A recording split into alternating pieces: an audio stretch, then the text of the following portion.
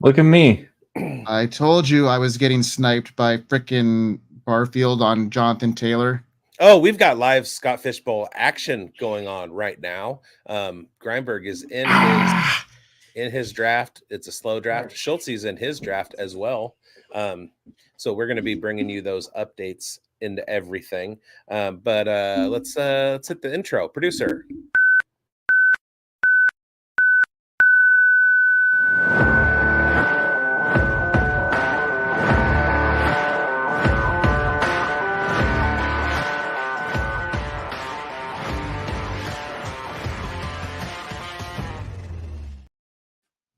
Welcome to the Dynasty Pulse. It's the summer of fish. I am Biggs. With me are Greinberg and Onesie, otherwise known as Greinberg and Schultze. We got hosts. We've got producer. We're waiting on guests. We're going to be doing a Scott Fishbowl 14 live mock draft. The reason that we're doing that, and I'll tell you this, is because today is a monumental day in the Scott Fishbowl. Number one, we've had some drafts go off live. Number two, we're still waiting on the rest of the live drafts. So there's lots of mocking action to be going on. Number three, today was the launch of all of the slow drafts. So we've got people all over the globe who are doing their drafts, picking their players. And I'll tell you what, mine isn't until Saturday. And I'd still like to hone my skills a little bit. So we're doing this. We got the mock set up. I've got an ADP list from Fantasy Life, so go to there for their SFB ADP list. I've got some rankings, and so as people are picking, I'm going to be just checking people off, and I'm taking the top of the board. That's what I'm doing with this one. Hello from Albert Maraquin. Hello everyone. He says hello, Albert. If anybody wants to. If anybody's watching and wants to get in on this draft, let me put a link in the comments if I can. Yeah, I would say we got 4 spots open still. Yeah. Hey, well, okay. Hey, I've got a tongue tweezer of a question here, folks. All you live drafters, everybody that is now joining us for the Dynasty Pulse. I'm live in a draft right now. This is my number 3 pick. Okay, and I've got the Mahomes Kelsey stack 111 202 were my picks here, and now I have some potentials here available, and I want you guys to help me through this one here live. Let's get the chat going. We're going to help Greinberg pick his pick. Okay, so Jordan Love, Trey McBride, Jaden Daniels, Dalton Kincaid, Mark Andrews, Marvin Harrison Jr., and then we got some running backs like Kyron Williams, Travis Etienne, and Derrick Henry. So I have Mahomes, who's kind of like your floor kind of quarterback. You're getting the upside with the stack with Travis Kelce. I kind of reached there, but it was worth the stack, I think. I passed on a really good wide receiver in Amon-Ra St. Brown. What are you guys thinking here? I've got 2 guys kind of circled here as the 2 guys I would be picking here. One would be Trey McBride, and the other one would be Jaden Daniels. I could go with the upside quarterbacks. Jaden Daniels would offer a huge, rushing floor there, especially in this format. But also, Trey McBride and Travis Kelce, I have them ranked as top 3 tight ends this year. I jump on McBride, Dave Henderson. What do you guys think, boys? McBride was my pick, and I know you, and you are huge on McBride. Yeah. So I wouldn't blame you for going Daniels, though. I mean, if you think about which quarterbacks are going to be left. Oh, no, you get the third. No, you're in the third. So you got a whole loop to come back around. I got a whole loop to come back. And you know what? In this format, and I was watching a lot of, I've been researching my stuff here, and, having that second quarterback isn't something that, is if you can have your one quarterback stay healthy throughout the whole season, you don't necessarily have to flex that quarterback too, or you could find some value later on. And that's what I'm hoping to do. I really like later round guys like a Russell Wilson a Daniel Jones later on in these drafts that could really anchor your team very, very well, especially with the way these running backs have taken a huge run. I want to get on the upper side here, and if I could get another guy like a Trey McBride who is slipping past ADP at this stage, that's where I'm at. What do you think, Schulte? Have I convinced you now to change? You know what? I think I'm in because Dev be real, said Mahomes pick isn't Ducks. getting hurt. Oh, Like- Dev, the ruler of thumbnails, the ruler of thumbnails. He's talking about Kincaid here, and shout out to Dev, who is a huge Kincaid, and then I thought he was saying draft the Ducks. An Oregon. No, I Duck. think, yeah. I shout out to Dev though, because he's a huge member of the Undroppables, providing all our kick-ass thumbnails, especially for the Uncovered series. So, because he did hand me the keys to Canva, and I am starting to make some fire dummies on my own. So thanks, Dev. I appreciate you. I do want to shout out Jack Senzon. He needs to get a few mocks in before New York City Live. Well, Jack, you're in luck because I'm mocking every single day for the rest of the week, including 2 tomorrow, one with Andrew Cooper in the morning, one with Hoove at night. I've got Rachel and likely other guests on Wednesday night. I'm doing Thursday. I'm doing Friday. It's the summer of fish. And I couldn't be happier. Saturday, I'm gonna go. I'm getting a ride. I'm going over to Bo McBrayer's house. Undroppables, friend of the show, Bo McBrayer. He's making biscuits and gravy, and then we're gonna head down to San Francisco and get hammered and live draft. And it's gonna be. I thought it was because you had to re-up on hot sauce. That too. Also, Jack is like me, a fellow deadhead, and I wanted to say hello. And Iko, I got this in my studio, Jack. If you want to take a look at it. Ooh, look at that. It's my Blues for Allah banner in my. The pick is in, ladies and gentlemen. The pick is in, and I went with Trey McBride as the it's my boy, and the faithful here has so now I got a little bit of question marks headed into this later strategy. Now I got 2 tight ends and a quarterback. It's not going to leave me a whole lot coming around my next 2 picks. So what do you think my strategy should be here? They're bigs. I don't know, because I'm kind of focused on what I'm doing right now. I'm not. Mm-hmm. I'm sorry, Mike. We're friends and all, but this is a mock draft. This is cutthroat. I have to beat you. I have to win the mock. Anyway, we've got viewers continuing to come in. What's up, Angie? I will see you on Saturday. And I mean, if you followed this link from somewhere else and you haven't subscribed in the channel, we're trying to get to 2,000 subscribers on Fantasy Football Plus. So if you could help us out, hit the subscribe button. And then this whole summer of Fish Week, you'll be getting notified that we're going on, etc. So if you go do that. Also, if you have some friends, we still have the 2, 3, and 5 spots open. You can message them real quick. I just set it out on Twitter. I hit both of my mock draft group chats on Sleeper. We're trying to get this going. Yeah. So what round are you in? Did you say there, Grindberg? Oh no, Grindberg just left. He left. Oh no, he's out of the building. But was it something I said? Did I insult him when I? Man, why did you bump me? I thought maybe there was some Canadian slur we didn't know about. You accidentally dropped there. I'm sorry, man. Did you have a question for me? Is that a Canadian slur? Let's go ahead and pull him out while he's. It looks like the hamster that's running in the wheel powering internet in Canada died. So we'll give him some time to get back. And I was going to go in and give him some advice. Hey, I'm back. Yeah, he needs to stop doing that until he can get in. Anyway, My stuff. There he goes is again. Frozen too. I'm trying to get to a page. So earlier, I did a thing.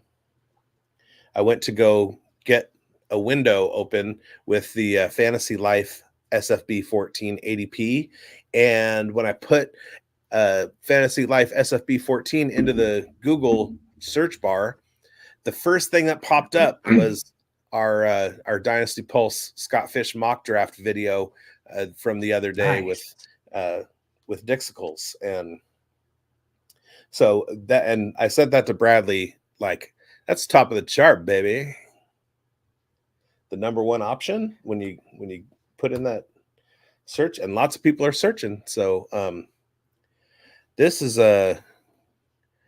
I'm wanting this to get started. Let's go, people. Oh, I thought you were blaming Mike. No. We're blaming the people. Blaming the people. 3 more. I sent it out to one of my chats, so hopefully someone gets it. All right. Well, back to the advice on my team here, Biggs. All We're right. about to give. I don't know what happened to Mike. Okay. See, now how is he even putting himself on camera or on screen? Because I asked him to log in under the Undroppables and stream this on the Undroppables channel too. Yeah, it didn't work. It didn't work.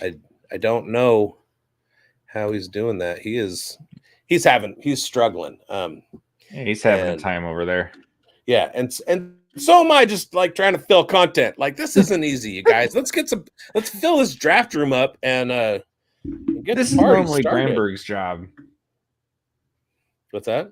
I said it's normally Greinberg's job is the filler guy, you know? Yeah. You mean getting people into the mock draft? He fills all the dead zone talking. Oh. he's the guy, you know, the conductor here, like the engineer of the train. And so now it's like, shoot, what does this lever do? Oh, and now all of my stuff is freezing because of the share screen. Hey, you guys, we're falling apart. We're Our absolutely pets' heads are falling off. Hamsters and wheels are dying all over the continent. And yeah, so that's fun. Anyway, at least I can hear you. Well, I'm glad about that. Oop, he's coming. He's back. Can you hear me now? Mike. Am I good or no? Yes. Okay. Yeah. Okay. And I can got talk. one more filled. We got 2 left. We got the 2 and the 5 to go. Let's get this going. Do it. I'm probably gonna have to jump out for a second just to see if I can restart all my stuff. Oop, we're full. We're full. We're full now. Okay, I will start it. And we're gonna go. Thank you. And we're live. Turn this down, man. Come on. So Schultze, you're on the 101. So is this gonna mirror your exact Bradley's draft? in the building. What's up, Bradley? How'd you feel about it yet?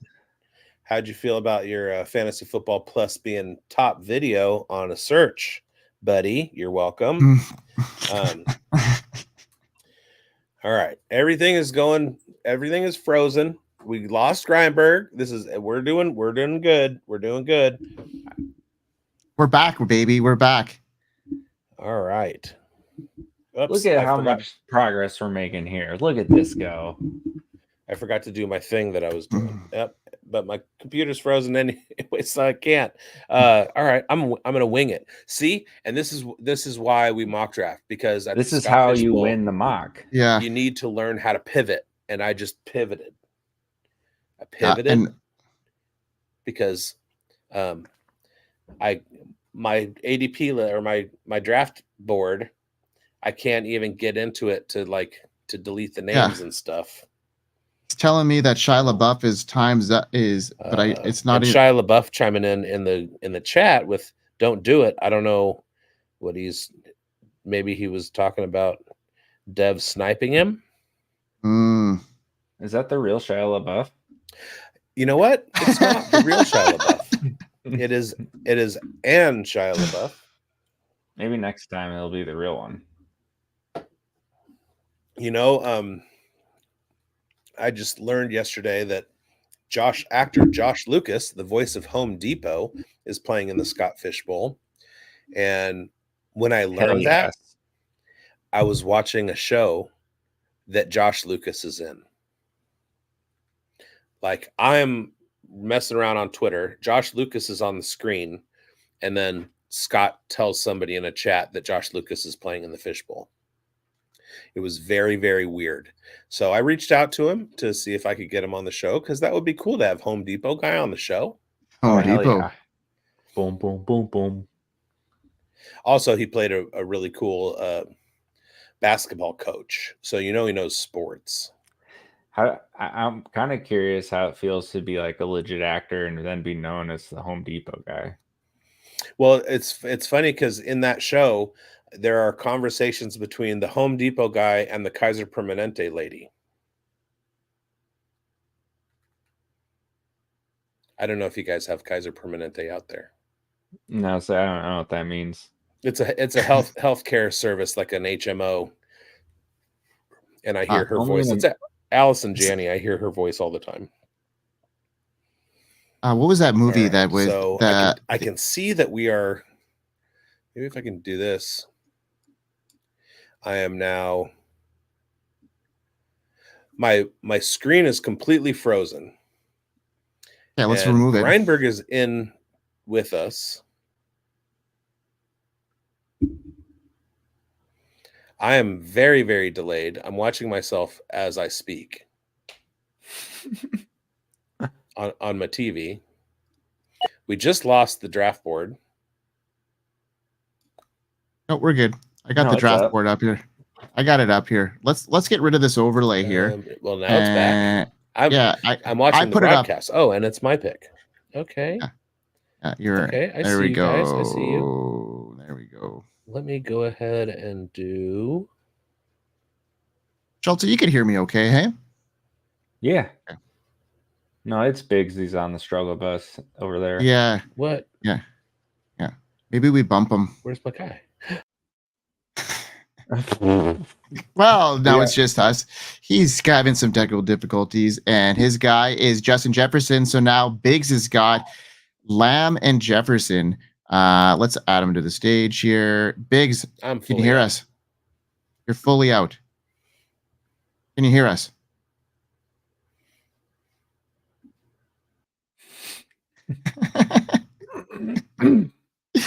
Gotta love the live, the live commotion.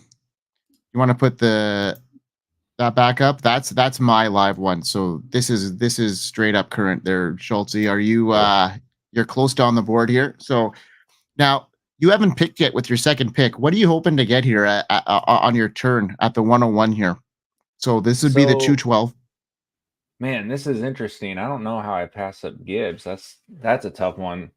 In my plan here, like in the actual draft, is to go Allen if I can, stack him with Kincaid, then turn around with Ingram stacked with Lawrence to do the double quarterback, double tight end stack.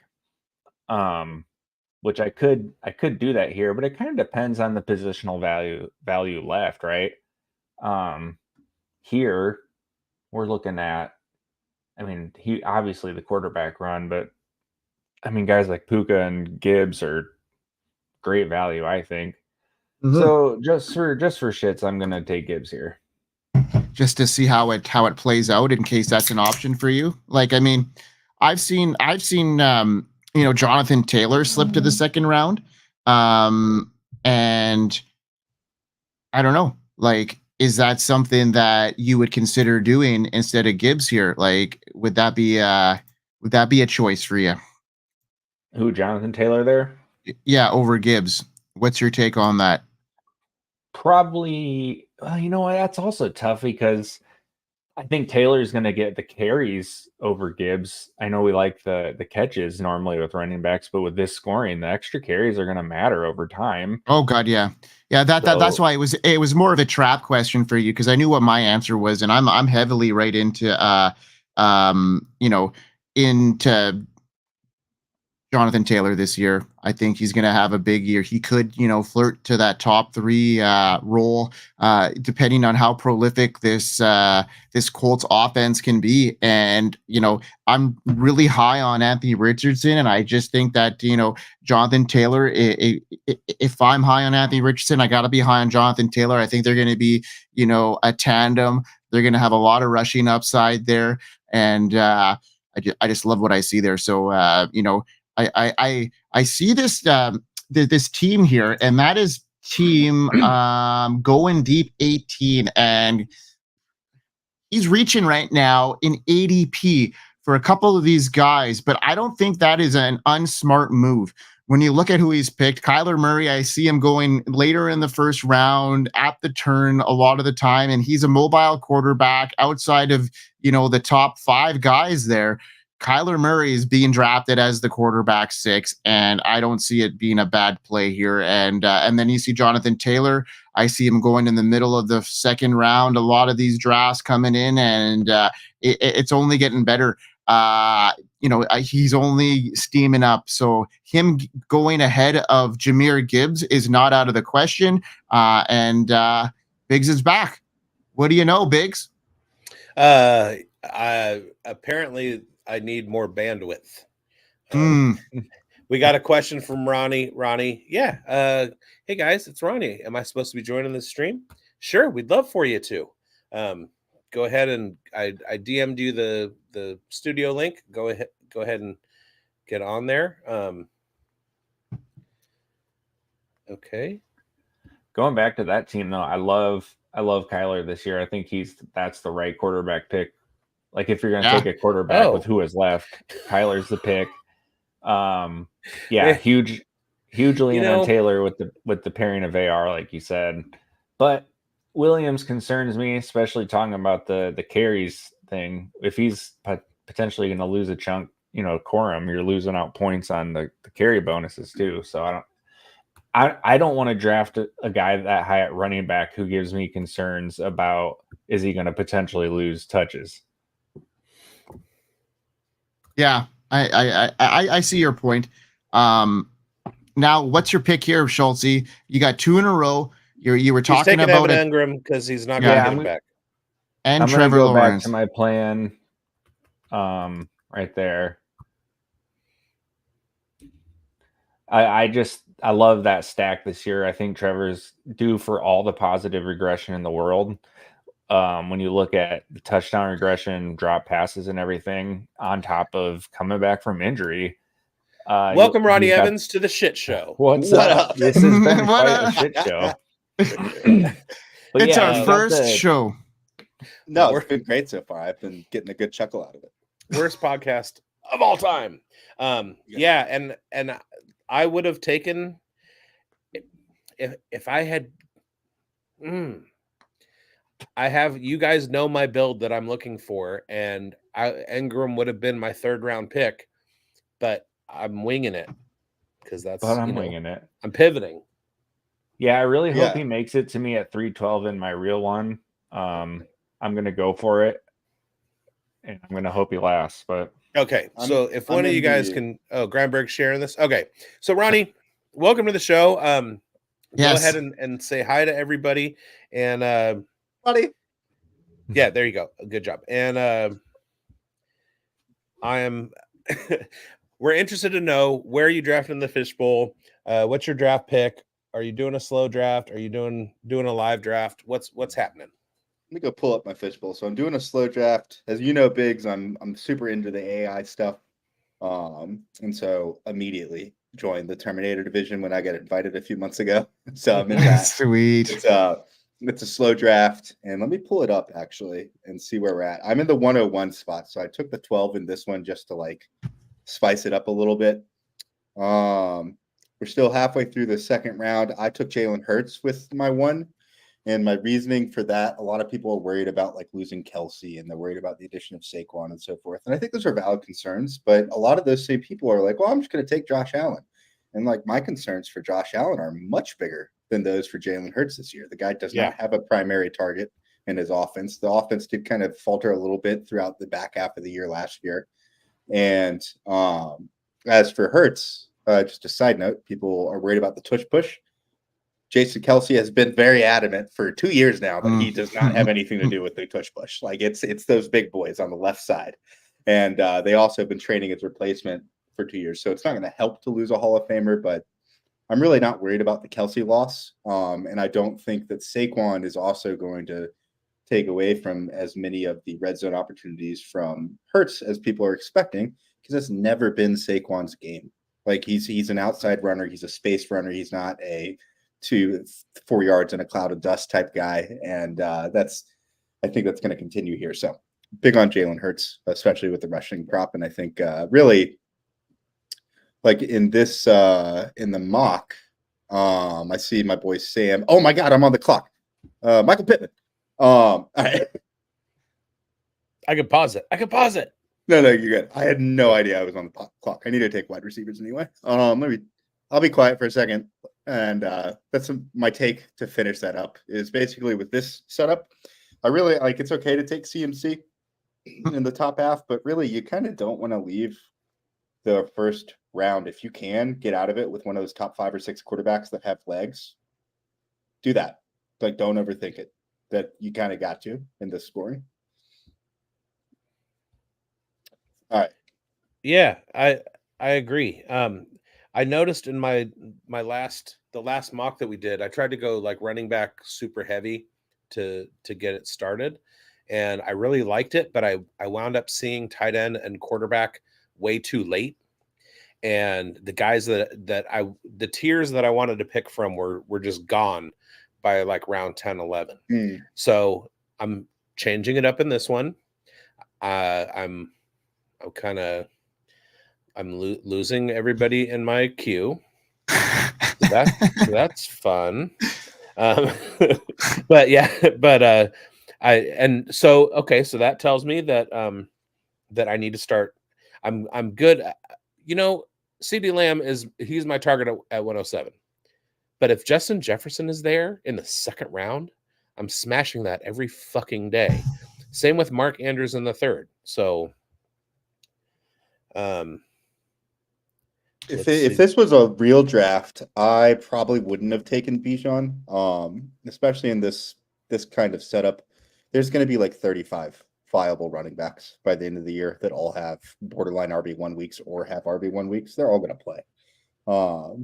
But if there's like 3 running backs this year that I think legitimately could challenge CMC, for the one part of that has to do with CMC's age and so forth. But Bijan's one of them. Bijan, Saquon, Brees, like all three of those guys. Jonathan Taylor, you have to put him in that conversation too, in my opinion. I worry about him and catching the ball a little bit to get up as like the one in fantasy this year, but he's not 2 years removed from the overall fantasy one where he was averaging like 27 points per game. That's not out of his, like he's hit it before, so it's not out of the realm of opportunity coming off of like him being a little bit more rested now, coming off that injury from the year before, and in a more prolific offense where I've got a lot of stock. And if you're an Anthony Richardson truther, you should be a Jonathan Taylor truther as well, because they go hand in hand. I think they're both going to see a lot of red zone opportunities. I think that offense is going to score a lot of points in a division that's going to score a lot of points. I love the upside, and judging by even this draft here, Jonathan Taylor goes as the 4th running back off the board over Jahmyr Gibbs, and I'm all for that one too. I'll let him have him. And we had Jack checking in with we had Jack checking in with Andrews isn't getting past me in the second. Well, Jack, luckily for me, I'm in the San Francisco draft, not the New York draft. And Dev is a JT lifer. So thanks for that. Now, Ronnie, I heard through the grapevine you've organized some sort of fantasy football expo chat room that some of us that Oh, are yeah. going to the expo need to be a part of, like Biggs and I. So, hoping that you can extend that so that we can maybe hook up a ride here and there if we need to. All the kind of stuff that resource provides for the folks. Yeah. Let me clarify. I did not create that check. Nate Polvok created it a couple years Okay. ago. Tank. But yeah, just been I don't ever leave those like industry chats after the event's over. So I've just been sitting in there. Yeah, we got like 60 people added in there yesterday. It was great. I'll add you Tank, guys I'm still waiting for after your my next reply. I told you you could come on. Waiting for you to get in here. Let's go. Yeah. Okay, sorry. The Optimist does a mock draft at this exact same time each week. Oh, They asked me okay. to actually come on theirs. Maybe tomorrow then. Yeah. I was on theirs last week. Like, well, I mocked them anyway. That was good. Yeah, it's a good crew over there. Yeah, they're fun. So I'm looking at this board like right now, just to be narcissistic and talk about my team. So Dak was the quarterback 3 or 4 last year in the scoring, and everyone's really caught up on rushing. But Dak Prescott should throw the ball more this year, and he does run for about 400 yards a year. I think he very well could be a top 5 quarterback again this year, and there really isn't anything on paper that says he should do worse than he did last year. Everything indicates for fantasy he should actually be better.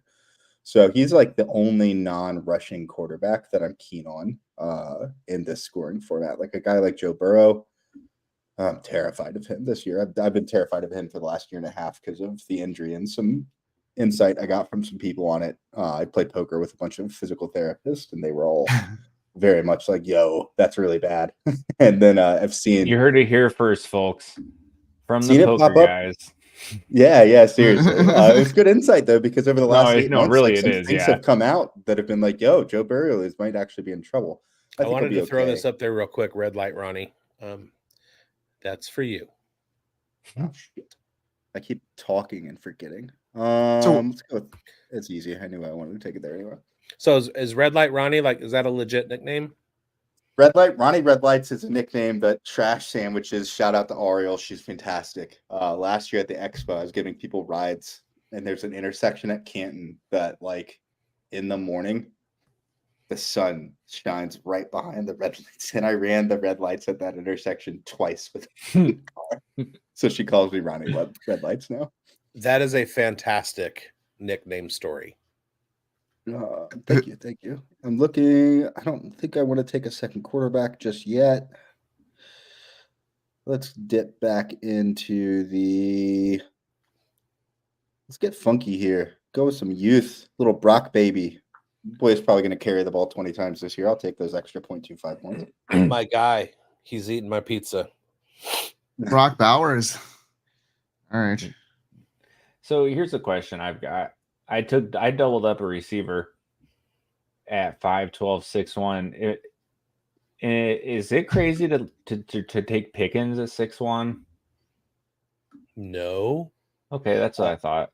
Because I'm kind of thinking about it, like mapping out, my real draft plan, and I feel like I kind of like Pickens at the top of 6 there to make sure I get him, because I don't think I'll get him at 7'12".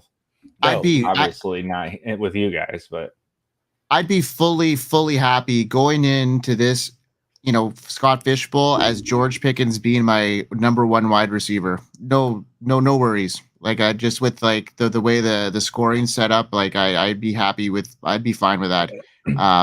Like I'd if you look at my build right now, I'm more running back centric, and I'm surprised that Breece Hall like lasted that long. I saw him go as the 106 today in my draft in a league that's pretty savvy. There's some pretty big names in the division that I'm in, and seeing all these it was pretty dried up when it got to me, but the only slide that happened was Mahomes, and I want to get your guys' opinion on that. At 111, Patrick Mahomes sliding to that point. Is that an automatic smash for you guys?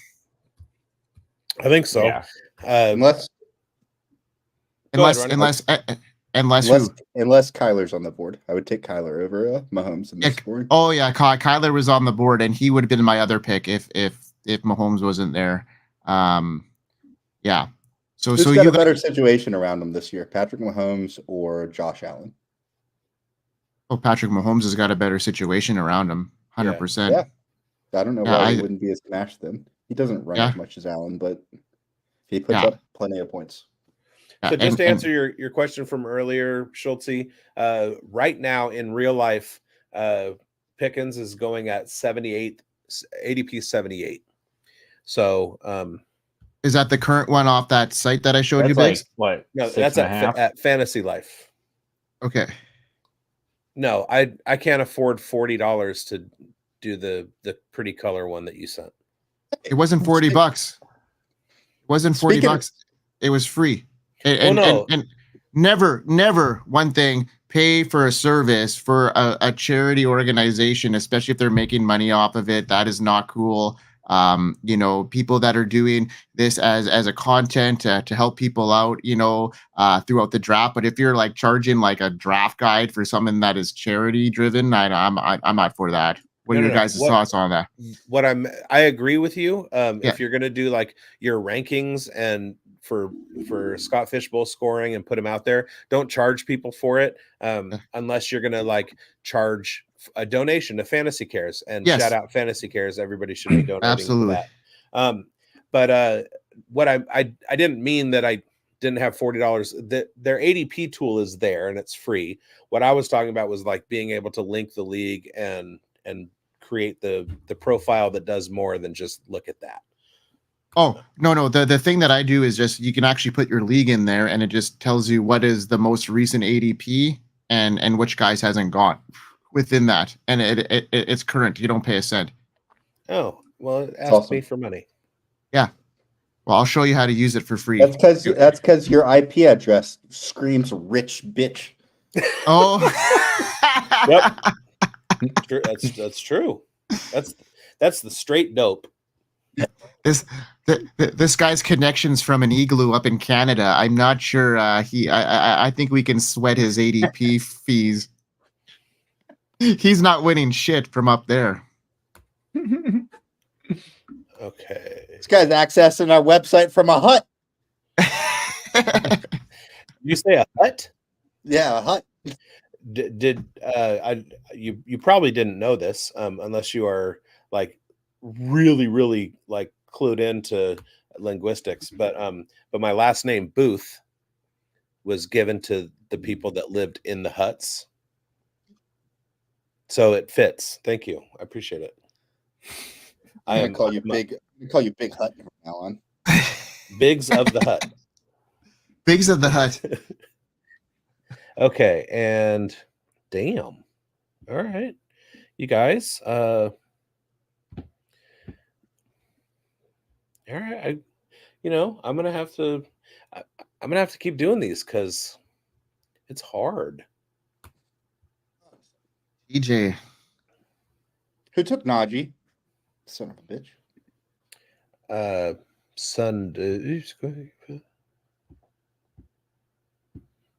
That one person. This is. Well, I know who I'm drafting. That's good. So Ronnie, did you? Devil 134. Are you on the 112 spot, like in your league already? I'm at the 101. Okay. My plan with I wanted to be in the 101, just I hadn't done that yet in Scott Fishbowl. But my plan has been like initially I was like I'm taking the 101 and I'm going Allen Kincaid and I'm good and I still would be good with that. But I've really warmed up to the idea of Dak Prescott at the turn because a month and a half ago his ADP was like at the turn at the second round. And I was like, and then week 17 is Eagles Cowboys. And I was just thinking to myself, how sweet would it be to get two top 4 quarterbacks in their biggest game of the year during the championship week at Scott Fishbowl, and then freaking Dak just win at the 204. And so my plans are ruined. I'll probably have to take Kincaid or some schmuck. Well, I'm kind of banking on Dak falling to the 208, and I need it. I need it in my veins. I need that CD Dak stack to start. You know what? That makes me feel good about my Allen. Oh, who took Raheem Mostert? Damn it! Who was that? Shia LaBeouf, not the real Shia LaBeouf. He plays one on TV. Frequent mocker with us and former mock draft MVP. He won the I mock. already had Mike Evans, or else I would have had Godwin. Love Godwin. I really wanted Mostert. I'm mad. And that's a round earlier than his ADP. Interesting.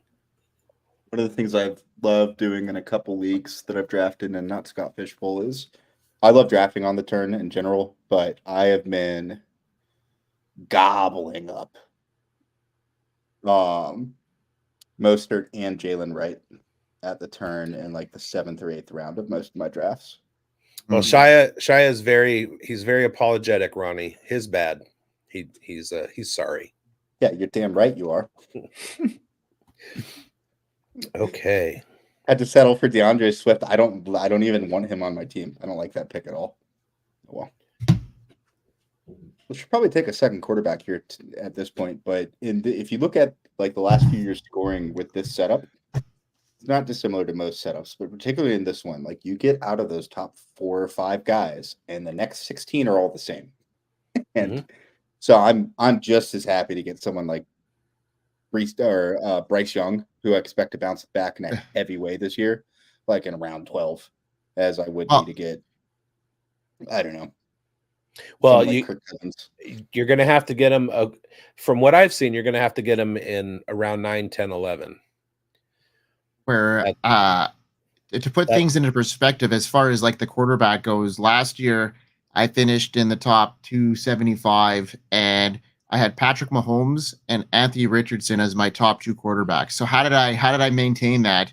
Well, I had Brock Purdy as a late round guy, and he pretty much catapulted my team. I didn't even like Mahomes was almost like we're not even flex worthy in a lot of weeks, right? So it was actually Brock Purdy that helped my team, and actually some Sam Howell in the initial stages of the year. So if you can hit on a guy like that, you don't need to have that second quarterback just yet. And a lot of people, unless you can get like a tandem of like Kyler Murray and Lamar Jackson, like which I've seen happen, I wouldn't be trying to dig deep on that second quarterback, because once you get into that middle round, they're all kind of very similar in what kind of production you're getting out of them. They're not going to be difference makers.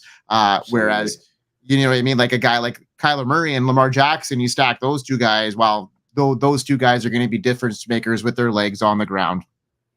Yeah, I agree completely. And it's really at that point, you're looking at value in your lineup, points in your lineup. And like, yeah, if you're picking at the 1-7 or like the 104 and you get a quarterback at the start, and then you're looking at the 208 and Dak's gone and Kyler's gone, you don't need to, don't take a quarterback. Just hunt that position and wait, because you then will have the opportunity to take someone like theoretically even like a Bijan, and the point difference between the Justin freaking Jefferson or Justin Jefferson, and the difference in your lineup between that guy and like the next wide receiver you'd get in 2 rounds versus the quarterback there versus the quarterback in 2 rounds is astronomically different. The better play is definitely skill position after you get out of this top crop. I just said a lot of words to say basically that last sentence.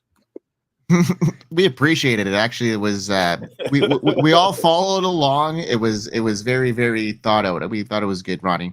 A+ on that one. Yeah, Mom. Yeah, I did it. Thanks.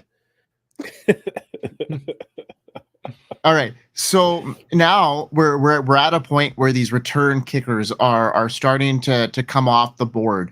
Now we've got Rashid Shaheed, who is the consensus number 1 guy. Yeah. What are your like guys, the uncut gems, if you will? Xavier Gibson is getting some steam right now, but who are some of these guys? I've heard talks last week that like Roma Dunze is returning punts. Is that something that you're taking as smoke, or is that actually fire? You heard it here first. Yeah, my take on all of that is maybe, like, definitely take some shots in your drafts in the second half of your draft, but my expectation is that like waivers are going to be fucking crucial this year in Scott Fishbowl, because nobody really knows yet what's going to happen with kick returns. But that said, I'm taking a lot of Greg Dortch right now because he's free, and he is right now the favorite to be both punt and kick return over there. Khalil Shakir still seems to be that dude in Buffalo, so he's another really interesting one. Shaheed is like, obviously everyone's talked about him at this point. Marvin Mims is another interesting one. Gibson is real. I love Xavier Gibson. I'm annoyed actually that he's gotten into that conversation over the last month because my little personal crew of people have been talking about him for a few months. Credit to them, not me. But yeah, I think the move here is like if you got one of those guys like Shaheed, you're gonna have to draft earlier than his typical ADP would be, and he's probably a good play. But the thing that Mike has to keep in mind is that he's got an owner in his league who has pictures of herself with 3 Shaheed jerseys behind her. I'm talking, Cooter? of course, about Cooter Doodle. So I was looking at his draft board today, looking at what round he's going to need to target Shaheed before it's going to get back to Cooter Doodle, because then if he doesn't, then she'll have 2 picks with which she can do that. And I would have taken Shaheed at my last pick. I didn't realize he was still there because I was panicking and talking. But I would rather have him than DeAndre Swift in this scoring for sure. Yeah, unless he's not returning kicks this year. Yeah, he'll return something for them. He probably won't be doing full time like last year. I think people are going to be disappointed in that. I have a feeling that we're going to see physical build and speed be the kick return prototype from now on. Rather than like somebody who's smaller and more agile, I think we're going to see guys that are a little bit bigger and fast. Yeah, I can see that. So I'm excited here. I just racked up 5 wide receiver ones on their respective teams and potentially all high flying offenses. So I don't mind that when you kind of punt the top tier guys there. What are your guys' thoughts on? I know Biggs' thoughts on Curtis Samuel, but Ronnie, what do you think on that outtake in Buffalo? You've got Josh Allen as a consensus number 1 overall quarterback in a lot of leagues right now. How is he going to produce? Is it going to be that 15 touchdown rushing upside, or is a guy like Curtis Samuel going to emerge as the top target there? I don't know about Curtis Samuel. I don't hate it. I would expect it to be a bit similar to the Chiefs last year, where you don't really have a specific standout wide receiver by name there, because the wide receiver 1 in Buffalo is Dalton Kincaid. And then actually I was talking to somebody on the phone last night about this, but not to turn it into a Dalton Kincaid discussion, but I name another tight end in the league that is the undisputed 1 on their team. It's not even really Kelsey anymore. But Kelsey would be the only other one. It's Kincaid. He has the best situation of any tight end in football this year. And I think his ADP is too low. Like he's going to be nuclear this year because they don't have an option for him not to be, because they're not going to be able to go out there and give Curtis Samuel 1,400 yards. They're not going to go take rookie Keon Coleman with all of his rawness and give him 1,400 yards. And if Allen's going to be the quarterback 1, there's got it. Someone on that team is going to go nuclear. And I don't really see how it's anyone except for Kincaid. Here's my devil's advocate to that, because I was thinking of that. Like I was telling maybe even Biggs as of last week that I was really coming around on Kincaid, but I got a devil's advocate view on that. And here's why. The Buffalo Bills, especially in the latter half of last year, went a lot more run centric. And yes, they used Kincaid there because, Stephon Diggs was fading big time. They started spraying the ball out quite a bit more. And then Dawson Knox got injured. And now Dawson Knox is back. They were playing a lot of 2 tight end sets quite a bit there. And they could be running the ball a little bit. And I think that could cap the amount of targets he could get. And to be that tight end overall 1, I get what you're saying with the opportunity of being the number 1 target there. So there is that looming over, but I just wanted to play that devil's advocate because we can't discount Dawson Knox, the upside there, the touchdowns that he could get in the red zone because he is that target for them there. That is something that I just wanted to kind of point out as far as the Kincaid steam that's happening right now. I don't really necessarily disagree with that. Really, my move in general is I'm just not touching Josh Allen in fantasy this year.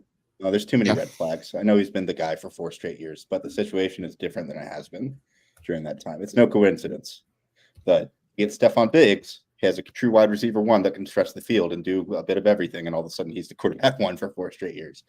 Now that's gone. And objectively speaking, I think he's got his worst set of targets that he's had in potentially the last 4 years this year. Yeah, And it's so, kind of like the Mahomes 2 years ago situation where you kind of didn't really know where these guys were gonna kind of land and what the situation was going to be in. And another guy that I'm in the same boat on, and that's Jalen Hurts, and a lot of people have him as well in that top range. And I saw some regression last year in his passing percentage. Is his rushing upside with them bringing in Saquon Barkley? Is his red zone opportunities going to diminish? With Jason Kelsey moving along as well, is that tush push going to be as effective in the red zone? There's a lot of variables in the top 3 quarterbacks now, and I want to get your take on Jalen Hurts and where you see his season going. Do you see him, repeating as a top 3 quarterback? Is it just set it and forget it for you? Yeah, I'm not worried about any of that. I'm all in. He's my quarterback one this year. Okay. I think that really, like, when I'm evaluating quarterbacks for fantasy, the first thing I do is not actually look at the quarterback. I look at the situation around them, and that's like checkbox number 1. And then I want to go in and look at how they're going to actually score their points and how that translates to fantasy. Then look at the team composition, the offensive line, and kind of break it all down like that. He's like one of the only guys in the league. Argue he might be the only quarterback this year that checks every box. And he did it last year. He didn't play much of the final week of the season, only scored 40 points less than Allen. You have to imagine if he didn't miss basically the game and a half he did last year, he would have been right there with Allen. I'm not worried about Kelsey leaving. I think that it doesn't help to lose a Hall of Fame center for sure. But they've had a guy that they really like. They drafted relatively highly for 2 years that Kelsey has been training and given green lights for. Same with what we heard from the staff of the last year and a half. So I think that Kelsey leaving is actually not going to hurt them as much as people expect. And I do not have any reservations about the tush push. Really, the only thing that I'm concerned about is kind of the same thing I'm concerned about with Allen, which is like, well, you're paying these guys a lot of money. Do you really want to use them that way if you don't have to? And I think that the Eagles don't have to use Hurts for the tush push like they did last year. But all that said, I don't know, man. I think his situation is better than it was last year. I mean, we might lose 20 or 30 points to some variety into how they're scoring and how they're running the offense. But you also left out Kellen Moore coming to town and what that's going to do to like revamp their passing offense and so on and so forth. So I'm on the clock, but that's my take on Jalen Hurts. I'm all in. I don't know. Actually Kellen Moore might be weighed down yeah. by all those rings he won in Dallas and with the Chargers. Yeah, I don't think Kellen Moore coming in there is actually a good thing for Jalen Hurts. I think it's actually a detriment. I saw what he did with Dak Prescott. He had some of his worst performing seasons. I saw what he did with Justin Herbert last year. I'm not sold on that. I think Shane Steichen leaving the Eagles has got a huge downfall. With Josh Allen, maybe he does come in that conversation as the quarterback one for me too. But you bring good light in there with your opposition of Josh Allen, and it's making me think a little bit more on that stance. I mean, the guy that it's popped up over the last 2 weeks on social media, but the guy for me, and it has been for months now, is Anthony Richardson. If he could just stay healthy, but that is such a big if because it hasn't been true going back to his sophomore year of high school. He just doesn't stay healthy. And so, but if he does, well, that's the one. That's the number 1 player in fantasy football this year. Yeah, for sure. So, yeah, I'm 100% on board with that one. There's the upside. There's the team around him too, and what they've done. I don't think Adonai Mitchell is the guy that's going to earn a bunch of targets, but I think he does that. He adds that deep threat, that contested catch threat that they didn't have. He's a step up from Alec Pierce. Pittman's still going to command his targets, and Josh Downs is going to be a safety blanket. And we know that I'm high on Jonathan Taylor. So Anthony Richardson, if he could stay upright, man, can he be a difference maker? And I think he definitely be the overall number 1 dynasty asset in next year's draft, I'd say. Yeah, you want to scroll that draft board Greinberg. You bet. The other guy too that like this year, if it doesn't work out, then well, I think we're all fucked and we should quit analyzing fantasy sports. But Caleb Williams is like he's gonna be good for fantasy. It's like I can't there isn't a scenario where he's not gonna be good. Is he gonna be elite? Is he gonna do what CJ Stroud did last year? Maybe not. But he could, he should, theoretically speaking, with everything is true about him. But that's a dude that like in redraft right now, screaming value. If you're somebody that likes to punt quarterbacks and play upside and draft the rest of your team first, like Caleb Williams is a fantastic choice. Yeah, it's going to be kind of a LeBron James situation. The hype is definitely going to have to be matched by the performance on the field. Yeah. And if there's anybody who is in a position to fail, it's Caleb Williams. But if everything that everybody has said over the last 3 years is true, he's going to be huge. And well, what's funny is that if you took any other rookie and put him in his situation, I'd be like, they're probably going to work out. Like, he's not only like the most hyped rookie quarterback we've had since Andrew Luck, he also is going into literally the best situation for a rookie quarterback that I've ever seen before. And so you put those two things together, and it just seems like it would be absolutely shocking if it didn't pan out. He's got 12 sets of hands getting ready to catch balls that he's throwing. Yeah. But if there's one franchise that could ruin a starting quarterback, it just might be the Chicago Bears, right? I mean, outside of maybe the Cleveland Browns, I don't know. But there's that outlier. But I agree. Like he's got all the weapons surrounded, and like Big said, 12 hands important there. Hey, what are you doing over there, Schultze? I'm just chilling. Yeah. You're off. Oh, well, it's coming back to me. Let me add you guys to this Expo chat. Yeah, do it. That'd be awesome. We're Biggs and I are headed down there on the Thursday, and we're there all weekend, so we're gonna have a blast. We got the poker tournament set up. We're doing the IBT draft night out, and then a bunch of stuff lined up for various different platforms and stuff like that. So it'll be awesome. We are representing Fantasy Football Plus. We are representing the Undroppables. We are representing Player Profiler, and we are representing Fantasy Football Advice Network, lead sponsor of the Fantasy Football Expo. We will have swag. We will be dressed out in uniform. Like Greinberg said, we're gonna be playing poker. We're gonna be doing draft night out. I'm in the Zach Moss League. There still should be openings. We're going to be giving out FFAN jersey leagues. I have Josh Allen in an IDP league. I'm working on maybe trying to get a Devontae Adams jersey and Deebo Samuel. I'm going to try and fill that league as well. So you guys can all play, sign up for FFAN Pro and sign up with us and win one of those jerseys. Plus we'll do listener leagues. We're going to be doing listener leagues for the Dynasty Pulse and the Undroppables on our Uncovered series and everywhere. So reach out at the Expo. It's a bummer is I don't want to get up because I'm all plugged in and I have like 15 cords on my computer right now. But I have the DeAndre Swift jersey in my bedroom from the Swift League last year. And nice. Just get a brag.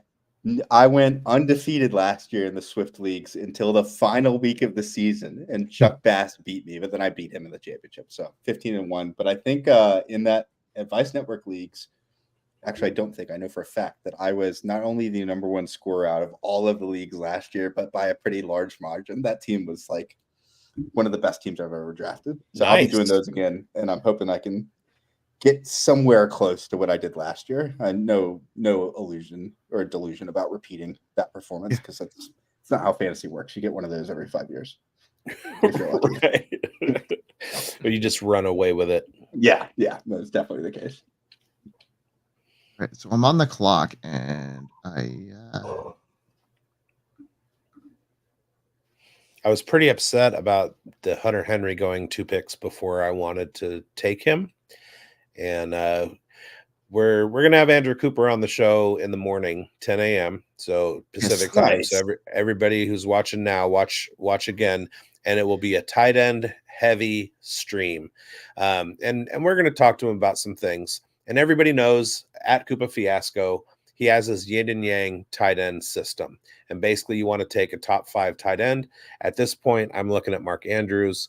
You also want to get somebody else. I'm going bully tight end in this fishbowl, so I grabbed Hawkinson, who's going to come on at the end of the year. And then I wanted to use the yin yang concept, which is 90 targets or 10 touchdowns. And Hunter Henry is he may be a guy who could be in line for a lot of target share. And I think that he's going to have a big year. He's one of Andrew Cooper's favorite sleepers and Yang tight end. So we'll talk about that more tomorrow. Tell Andrew I said hello. I was just texting with him like 3 days ago. He's gonna. I'm bringing back the Judgment Seesaw Bigs. Probably next month. Okay. Weekly, and he'll be the first guest. Nice. Why don't you go ahead and tell everybody about that and where they can find all the mental health month videos? Yeah, sure. The easiest ways actually right now is to go to my Twitter profile. It's at Ronnie Evans. Just click on the highlights, and I have all of them on there. But I'm a big proponent of mental health advocacy and awareness. And during the month of May, I did 30 interviews with 30 Days. Biggs did one of them with me, and had people from around the industry ranging from like super massive worldwide names like Biggs to like smaller like Bob Harris and so forth. And so it went really well. And then I'm bringing that back in the next month. And I'm going to do not weekly on a schedule, but I'll try to do 1 week of individual Judgment Seesaw episodes. And then we're doing a new format called group therapy. We're going to go and like we can get you guys on, but have like the crew from different brands hop on and have a group discussion on industry hygiene and like upkeep and learning how to communicate better. And then along with all of that is all of the AI content for Good Guy AI is getting ready to kick off. I'm doing a lot of like demos and product showcases on the YouTube channel. And then next week, I'm launching the Good Guy AI Substack, where each week you'll get an email with like an article that summarizes everything that's happened in the world of AI, how it relates back to the fantasy sports industry, what you do in fantasy sports, so on and so forth. And then also as people in our field release AI products, like Chalk did with the bot, put them in the newsletter and do a showcase that week. It's like, hey, here's the Chalk bot, blah, blah, blah, blah, blah, so on and so forth. Run it that way. Well, if you want to know why my head is so fucked up, go over and watch the video the interview that I did with Ronnie. It's I got to tell. We had a good time, man. It was a lot of laughing, some emotions too. It was a really fun project. I was really humbled and thankful for everyone that was willing to hop on. How did you feel at the end of the month? Dude, I felt really depressed, honestly. Like I got done with it. So shocker was like, well, that's over. And now there's a void in my life. And I just got really, really sad for about a week. So I'm excited to kick it back up. I felt really accomplished though, to answer your actual question. Felt great. Yeah. And tired. Yeah, it just felt kind of like when you're a kid growing up and you go home after the last day of school and you're like, this is awesome. It's summer, but also I'm not going to see my friends for 3 months. Sort of how I felt there. Yeah. Yeah, and it's hard to keep up when you start like getting so many guests on. You kind of lose track of when was the last time I talked to this person, and now I need to like go reach out again. And you get in the weeds a little bit. So we had Harrison Butker as the first kicker off the board. What does the ADP at Fantasy Life say about kickers right now? I don't know. I just took the kick returner and punt returner for the Patriots and the Cardinals, though, so I'm feeling good. You got your Dort share. I got Dort, and apparently Jalen Polk's that dude right now. This is the murmurs coming out of New England, so he's an interesting one to look at for Scott Fishbowl. And I'm hearing Josh Downs has taken some kick returns as well, so something to monitor. Side note I'm sorry I interrupted you. You got me really excited. Yes, monitor Josh Downs. Side note, for anyone that like Adonai Mitchell this, Adonai Mitchell fucking whatever. Yeah. Go look at Josh Downs' splits last year. Like when Pittman was even on the field, he's better for fantasy than Pittman was. Like he's incredible. very good football player. He's going to be relevant in fantasy this year. And if he happens to return kicks and punts for them, he might be the Rashid Shaheed in Scott Fishbowl this year because he's going to score probably 600 to 800 yards receiving anyway. Well, I think he's going to be a safety blanket. You know, when A-Rich is going to be having that read option, and if it collapses, who's going to be right there? Because who's a great separator, and that's Josh Downs. He's very good in the slot. He was a very good second read option. You know, Pittman's going to be the number one read, and that's no doubt. But the safety blanket is going to be Josh Downs, and he's an underrated receiver. I love him. He's a very, very good separator. Yeah, I would have loved to get him, but that's okay. Looking at the real-time live or the Fishbowl current ADPs, we've got Tucker at 150, ADP 150, Brandon Aubrey at 157, Harrison Butker at 174, Evan McPherson at 177. So we're looking like pretty well into the 13th round for the kickers to start coming off the board. So where are we at? Hey, who just took Schultz? That was pretty late here with Roman Wilson. Yeah, Hey, you know, I was looking. It's like this is the dude who's going to be the number 2 receiver on his team in round Here's a 18. guy. Like, what are we doing? not necessarily. They're saying that Kelvin Austin might have that role right off the hop as the second year guy. They're similar in the way they play. There's that talk. I know that, you know, Roman Wilson has gotten that steam, but just be careful and double check the preseason and who actually is going to win that role.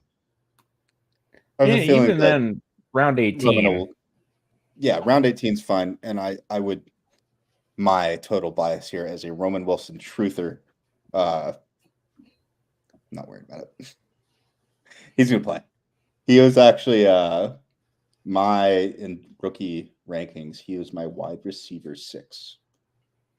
I had him up there. I thought I was bullish on him, and I had him as my wide receiver 8 in this draft. You know, after landing spots and stuff like that, I think Troy Franklin went down quite a bit because of that. But I'm really high. Like he's got a really good profile, very similar to Ladd McConkey, and I'm very high on Ladd McConkey as well. And I love Pittsburgh's offense. I'm a huge George Pickens fan now, converted fan, thanks to Biggs. I like Roman Wilson. I just wanted people to be aware of Calvin Austin because he's actually getting some steam right now too. So be interesting to see how that shakes out. Agreed. What's the news on Keaton Mitchell? I'm staring at his name right now. Have you guys heard anything about him? He's hasn't come back. He might be slow to return, and Rasheen Ali is also gaining some steam. Biggs, you had something to say probably there too. Oh no, I was just going to say he's not going to be ready for the season, but if he can come back and be a full 100%, watch out. Yeah, he's got some talent in those feet. Yeah, well, if he's healthy, I don't know why you wouldn't play him at kick returner, which is always in the back of our minds here in Scott Fishbowl. Oh, fuck it. What'd you do? I auto draft. There you go. Let's go. Look at that. Meant to be. It was meant to be. Yeah. Did you auto draft? I did. I couldn't decide. It's all right. I'm not very good at talking and drafting at the same time. Usually when I draft, I put my phone on do not disturb and I lock in. Is your Scott Fish draft in a sleeper league or MFL? Sleeper league. It's been pretty stock so far. God damn it. Seriously? Labe, Dylan Labe. Oh, okay. Fine. Treylon Burks, he did it again. I am going to do it every time. Let's see if it's Oh God, we have to have a clip on that. Anytime he drafts Treylon Burks, we have to have a clip. Just a montage of him being like, I'm gonna do it. Well, as Wendy said, she can't bring herself to drafting Treylon Burks, and I said I can't not draft Treylon Burks. You like that goofy meme where he's Yeah. like, "I'll fucking do it again." Yeah. Yes, maybe- the goofy one. Maybe we play the clip of him falling over on his chair every single time he drafts Treylon Burks, like right after. I think that'll be perfect. No.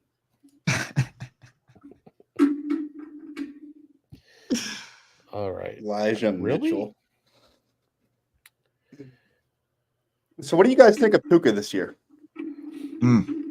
Biggs, what do you think of Puka? I think he has every opportunity to be a top 12 wide receiver, but I wouldn't count on him being in the top 5. Not with Cup healthy. His target share went down by like 33% when Cup was on the field, which, I mean, that normally wouldn't be a bad thing, but his target share in the first 4 weeks of the season was unsustainable. And so, yeah, I mean, I like taking him as, you know, like in the second and third round if he falls to me, but I wouldn't take him in the first. It's fair. I wouldn't take him in the first either. I'm very bullish on Puka. I love me some Puka. Everybody does, you know. I mean, that's you can't do what he did last year and not get the love from everybody. Dude, I do stamps. It's like the only thing I've done consistently in the space for the last 4 years is I do stamps on rookies from wide receiver, quarterback, and tight end, or wide receiver, running back, and tight end every year around like March-ish. And my stamps last year were Puka, Devin A-Chain, and Kincaid. And I just was like, well, I should just stop doing this exercise hang because him I'm up. like I'm never gonna live up to that again. I auto drafted Dolchik. Sorry, I was talking.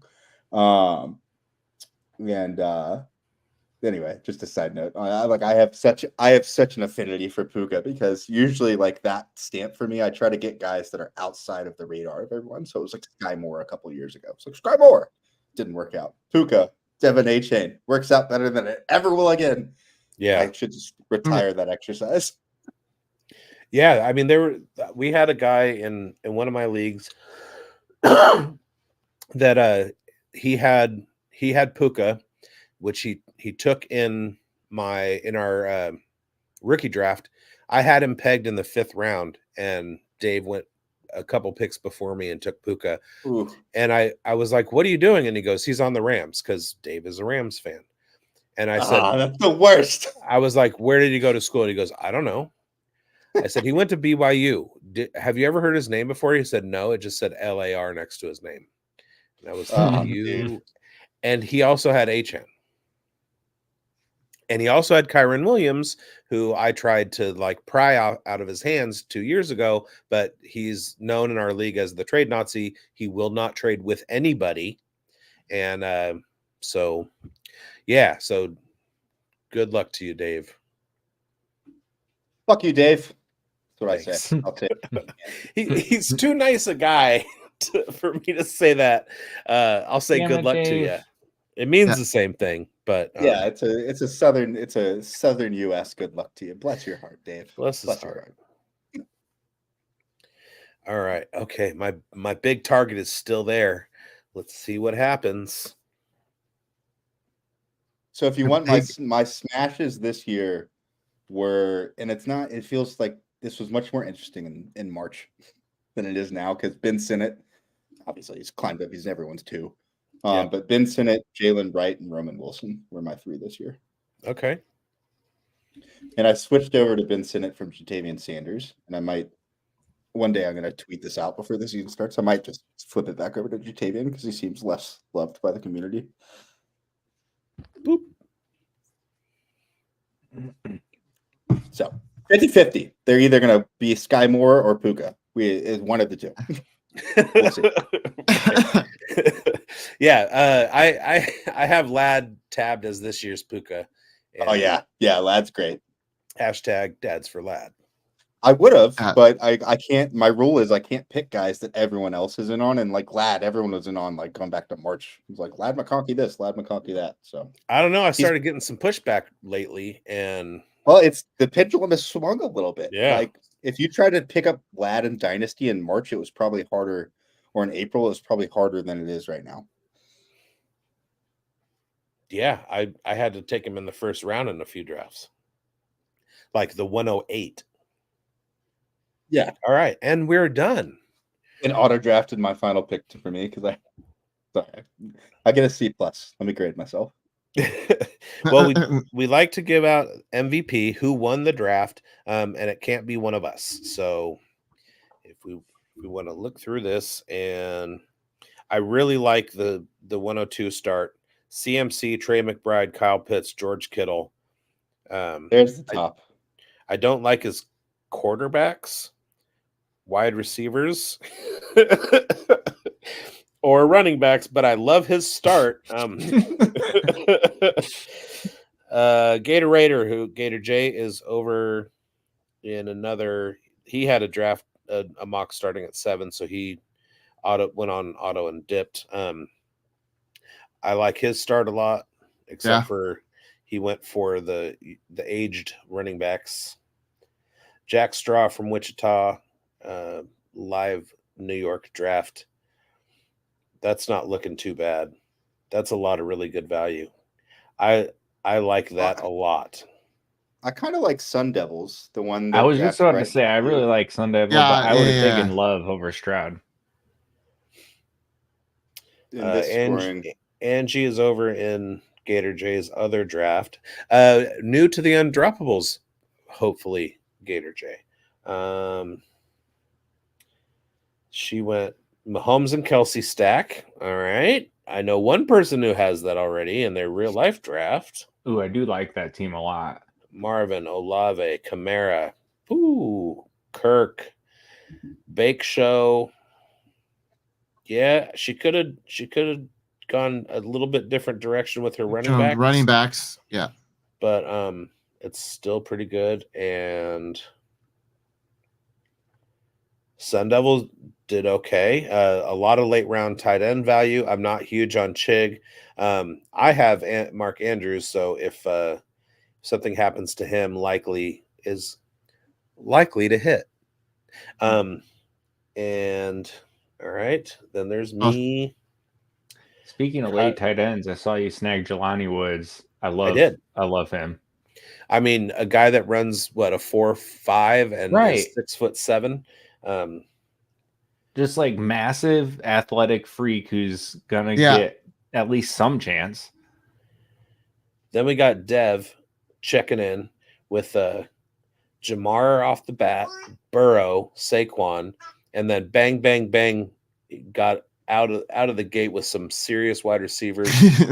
Levis, counting on Justin Fields, some good late round value. Took Bellinger before I got a chance. Shia with Tyreek, Sam Laporta. Those are, I mean, when you have two of the top scorers from 2023 in the SFB14 format, that doesn't hurt. Wilson, I like Goff.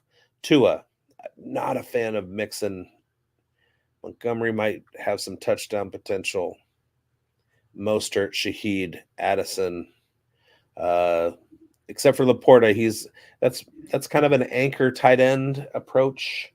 And then that's the rest of us. So I'm gonna give mine to who was it? I know who I want. Who do you got, Ronnie? Jack Straw, I think. Jack Straw. I'm gonna go with Sun Devil. I really think the Najee pick is super valuable in this scoring format. And he's got Warren to handcuff, which is great. I don't love Brooks or Pollard this year the way a lot of people do, but fuck it, you only have to start one. So right now, his starting lineup, he doesn't have to worry about those other players. He can start 5 wide receivers, theoretically speaking, second tight end if he wants to. Like, I think it's a good team. Yeah, Kavonte Turpin with that returning upside. Yeah, I like it. It's just his tight ends, other than Komet, just kind of, yeah. Okay, This how about is you guys? this is a I, trap I question. Okay, go ahead, Grandberg. I really don't mind this going deep to be outside of the box here because Kyler Murray. I talked about him reaching on that one. I talked about the Jonathan Taylor move. If Kyron Williams could stay healthy, that's a lot of upside. Ronnie, you talked about Caleb Williams in depth there. He's got quite a bit of upside. I think that Jake Ferguson is the number 2 option in Dallas. Where you got Dallas Goedert, not the greatest tight end, but he could pretend some value, and then Ben Sinnott. So that's a decent tight end group. And then when you got DJ Moore, JSN, who I think is going to break out this year. You said that Khalil Shakir has that punting return value. So some very good running back depth, some good quarterback depth, some good tight end depth, and the wide receiver isn't his strength. But at this point, it doesn't need to be because of every other position there. So I don't mind that draft either. All right, so we got. I'm going to call you Hendu. He was going deep, 18. We got Greinberg giving Hendu the MVP. I'm giving it to Jack Straw. We got Ronnie giving it to Sun Devil, and Schultze. Who's your MVP? I'm going to go to H Field, get that Mahomes Kelsey stack. I Angie. love that wide receiver room that's 6 deep. We talked about the running backs that are a little weaker here, which might cause an issue. But down the board here, you're looking at like Dobbins late. I'm not like the biggest Dobbins guy, but when you're talking about the number of carries, extra points that could be useful. Same thing with Estime. He's got a chance to come in late and rack up carries, and that's gonna make a difference. So yeah, I really like that team. My biggest question here is, I think JJ McCarthy is a huge reach on that spot when you don't even know he's going to start. But he's not bad as a third quarterback, especially when she doesn't need him until late. We got by 11 and by my glasses need to be fixed. 6 or 8 for Mahomes. Is that a 6 or an 8? 6. Okay. So she won't need him until week 6. He might be starting by then. Who took Sam Darnold? Did Darnold go? Yeah, around. You got him again. It was funny because in the draft the other night, I was making fun of you because you kept taking my guys. I'm not saying people I wanted to draft, but guys from our shows collectively that have all been my guys. And so you also went auto draft for your first pick, and we booed collectively. But this is a little bit of a trap, but Biggs, go ahead and ask Ronnie about his QB3. Ronnie, who's your QB3? I don't remember. Who is it? It's Mr. Gardner Minshew. Oh yeah, the Secret Garden. Because I snagged Aiden in round 17 and he got Minshew in 14, which I think Aiden's going to start. But Aiden is the starter. What it really reminds me of is last season, Trey Lance was going before Brock Purdy, and it's kind of a similar situation. Respect on Gardner Minshew's name. Don't compare him to that bag of potatoes. I've got a Gardner Minshew T-shirt. Okay, I'm a Jags fan, but I think Gardner Minshew is going to get as many snaps this year as Trey Lance did last year. I was going to say, on the opposite side of the coin, I've also watched a lot of Gardner Minshew. Yeah, no, I mean the hair, the mustache, like the dude has it. Like the it factor, Gardner has it. He's just not a great quarterback. No. And so those were our MVPs, but of course I won the mock, and I'll tell you why. Number one, because nobody else took 4 quarterbacks, and number 2, Treylon Burks. So, all right, yeah, I mean I can't argue there. Is Treylon Burks your Sky Moore? Probably. I'm a big Arkansas fan. I watched every game that he played at Arkansas and was huge on him coming into his rookie season. And he has just been slapped around by situation. And it's just like, it's one of the tragic stories in NFL history, to be perfectly honest. And with that, NFL Films Yeah, documentary. Dude, Ronnie. if he could only get a couple opportunities to show what he's worth, you know. Yeah. I think they need to trade him to somebody that's going to throw the ball 600 times. Like, imagine him going to the Chargers. They're only going to throw the ball 400 yards, but that was I was thinking Herbert, and then I went back and remembered Harbaugh. Yeah, if he could find himself in a situation where he could be not wide receiver 5, and they said that he's going to be playing special teams, and so I'm kind of going, he's going to return, and then everybody makes fun of me and goes, no, they mean gunner.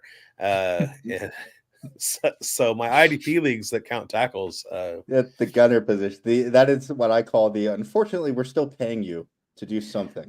Just Position. fucking trade him. Like trade him somewhere that's gonna that has like a high volume offense that it doesn't necessarily have like established wide receiver room with like an alpha. I'm not saying that he's an alpha. I'm just saying that's the type of situation that he would be able to like come into and maybe demand some targets, because it's not going to happen with Ridley and DeAndre Hopkins and Tyler Boyd there. It's just, and he happened to come into an Arthur Smith offense with awful quarterbacks and Derrick Henry.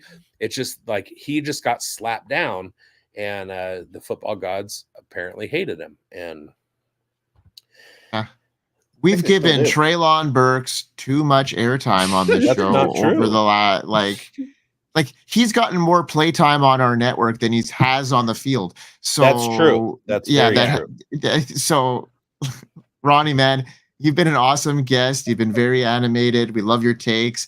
Hope you don't mind some of the pushback. It's all in good fun. We loved having you on, and appreciate you reaching out and getting us on that expo chat and stuff like that. You want to tell everybody where to find all your awesome stuff, like, and keep doing the stuff that you're doing, the awesome, mental health, podcasts and stuff like that. It's really important, especially for our viewers and everybody that is in the industry, to keep our minds, healthy. So tell everybody where they could find your stuff and continue to do your awesome work. Yeah, well, where your experience in life starts and ends? Between your ears. So take care of that shit. I'm on Twitter at Ronnie Evans, wherever it is over there. The one I would really appreciate if people were going to go follow at Good Guy AI, because that's still a static Twitter account because I haven't launched the content yet. But it has been a part of my mental health journey, and overcoming anxiety and fear and depression is like getting that off the ground. And so I'm really proud of myself and nervous and very much anticipating like getting some of that content launched and get it out there, because it's just like mental health is important. I think artificial intelligence is really, really important right now. And at the very minimum, people, especially in industries like ours that are under the kind of the target site of these AI movements, like we work in a stats and projections field. You can't go look at any expert in the AI field over the last 15 years and watch them do interviews where they talk about industries that are going to be affected by artificial intelligence and have them not mention stats and projection as one of like the big three. And so I hope that, just like the mental health show, it sounds like it had a good impact, got a little over 20,000 views on it, and was really thankful for that. And I've had people reach out to me privately and share how much it impacted, like certain episodes impacted them. And that felt really good. It felt great to be a part of the industry and doing something meaningful. And I'm hoping that Good Guy AI can serve a similar purpose within the industry to help get everyone up to speed and make sure people don't get left behind as this stuff starts to continue to ramp up. But that's at Good Guy AI. I'm at Ronnie Evans on Twitter.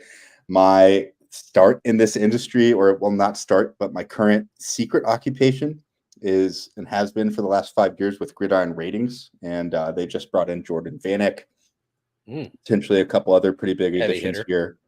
Yeah, that's my friend Jeff DiMatteo, who's one of the sharpest people in the industry when it comes to actually understanding what's happening on the football field, not just like the data behind it for fantasy. So definitely go follow them too. And then I can't talk about it yet, but I did just start a new job in the industry. That's a paid gig and it's going really well like 5 weeks ago, which I can announce once the expo kicks off. So we'll find about it then. Yeah, don't get fired on your day off. But yeah, that's why we wanted to have you on the show, because you are one of the good people, and the things that you do impact fantasy football in a positive way and impact the space in a positive way. And that's one of the things that the Scott Fish Bowl is all about, and what Fantasy Cares is doing is all about.